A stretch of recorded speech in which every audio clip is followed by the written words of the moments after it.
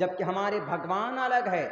ہم شیو جی کی پوجا کرتے ہیں جس مندر میں، اس مندر میں گنیشا جی کو ماننے والے بھی آ کر نتمستک ہوتے ہیں. سر ہم لوگوں میں بیچ نہیں، آپ لوگ تو ایک ہی پلیٹ فارم کے آدمی ہونا، تو آپ لوگوں کے بیچ میں ایسے انتشار کیوں؟ تو بتائیے ہمارے اس غلط قدم سے ہمارے ان نوجوانوں کی جو فیس بک میں مضامین لکھ لیتے ہیں وہ نہیں دیکھتے. اگر آپ کو فیس بک میں مضامین مجھے ہی نصیحت کرنی ہے تو مجھے ڈائریکٹ کانٹیکٹ کریں، آپ مجھے ڈائریکٹ میسیجز کریے، آپ مجھ سے آ کر کے ملیے. آپ ہمارے اندر کوئی کمی ہو سکتی ہے، میرے اندر کوئی کمی ہو سکتی ہے، کوئی میری بری عادت ہو سکتی ہے، میری تقریر 2 گھنٹے کی 1.5 گھنٹے کی ہو جاتی ہے، تو کہیں پر سبقت لسانی بھی ہو سکتی ہے.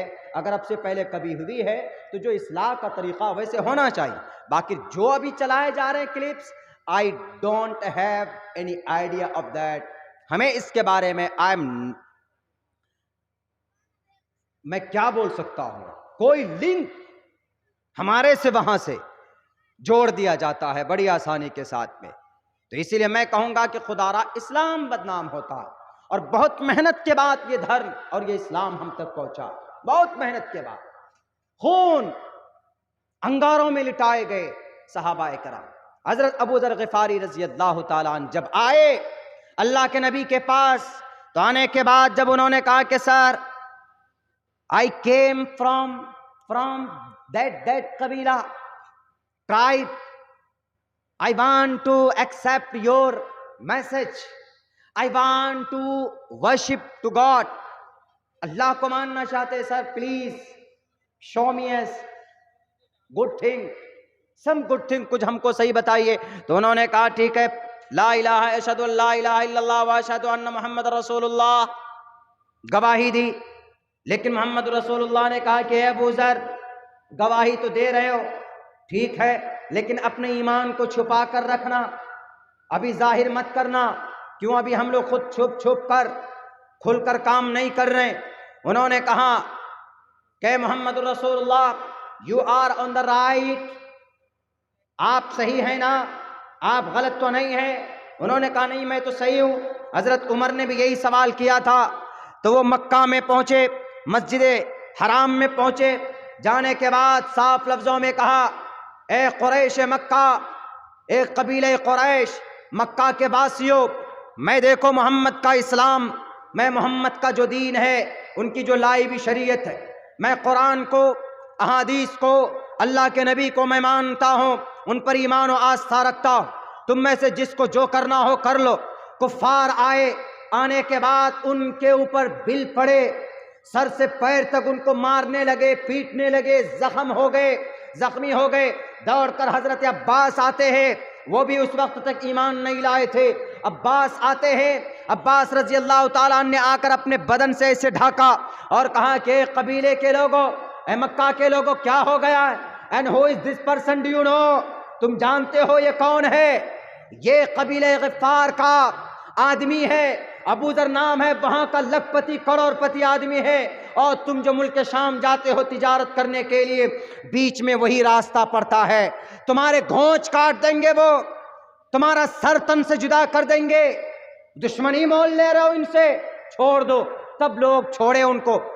لیکن پھر دوسرے تیسرے دن انہوں نے ویسا ہی کیا. دوسرے تیسرے دن بھی ان کا خون بہا، لیکن بہنے کے باوجود بھی انہوں نے کہا کہ اسلام، جب الاسلام یعلو ولا یعلا، مقولہ اچھے ڈھنگ کا ہے، اسلام جتنا دباؤ گے اتنا یہ اسلام اوپر جائے گا.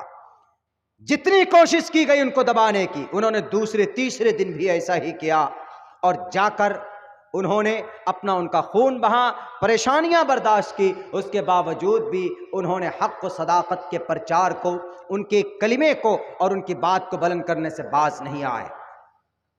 اتنی محنت مشقت کی ہے لوگوں نے اسلام کی تبلیغ کے لیے. ہم تو نہیں کرتے ہیں، ہم کہیں برائی ہوتی ہے تو نہ تو اس کو برا کہتے ہیں نہ روکتے ہیں. من دعا منکم منکرا فلیغیرہ بیدہ. کیا ہریدوار کے اندر میں جو دھرم سنسد آرگنائز کیا گیا، کیا بھارت کے سمویدھان میں ہندوستان کے ہندو مسلمانوں کے بیچ میں کیا وہ منکر نہیں ہے؟ کیا آپ نے نہیں دیکھا گرو جی؟ آپ نے دیکھا نا؟ فیس بک بازی کرنے والوں تو بولے کیوں نہیں آپ نے؟ کون کرے گا اس حدیث پر عمل؟ من رأى منکم، آپ میں سے کوئی اگر کسی برائی کو دیکھتا ہے فلیغیرہ بیدہ، اپنے ہاتھوں سے اس کو روکنے کی کوشش کرے۔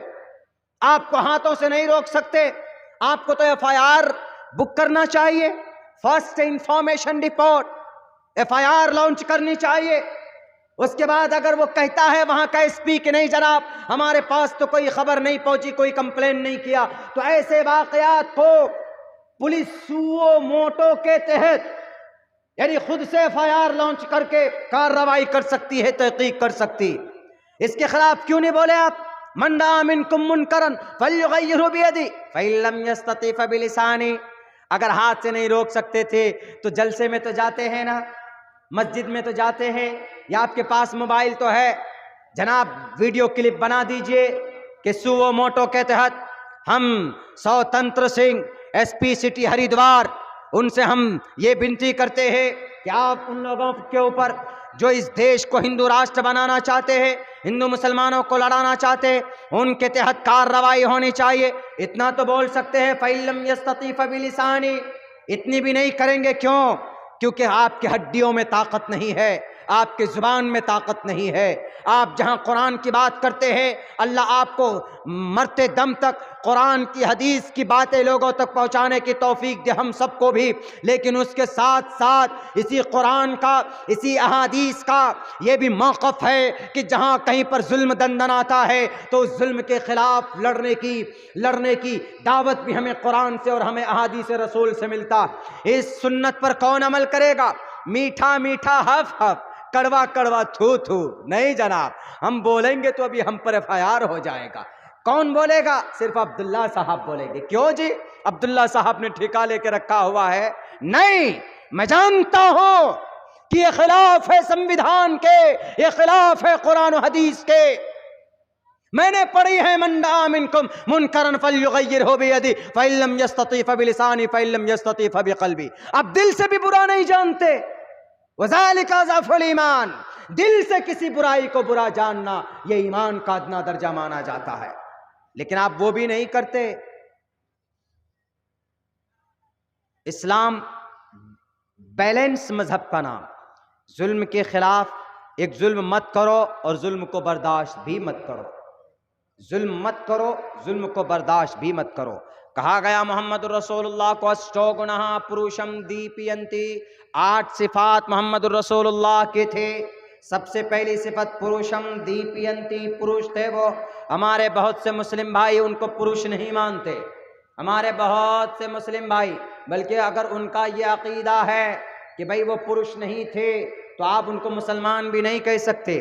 اس لیے میں ان مسلم بھائیوں سے یہ کہوں گا کہ بہت دیر نہ ہو جائے، اگر اسی عقیدے کے ساتھ آپ اس دنیا سے چلے گئے کہ محمد رسول اللہ پروش نہیں تھے، آپ علیہ السلام پروش تھے، پروشم دیپینتی۔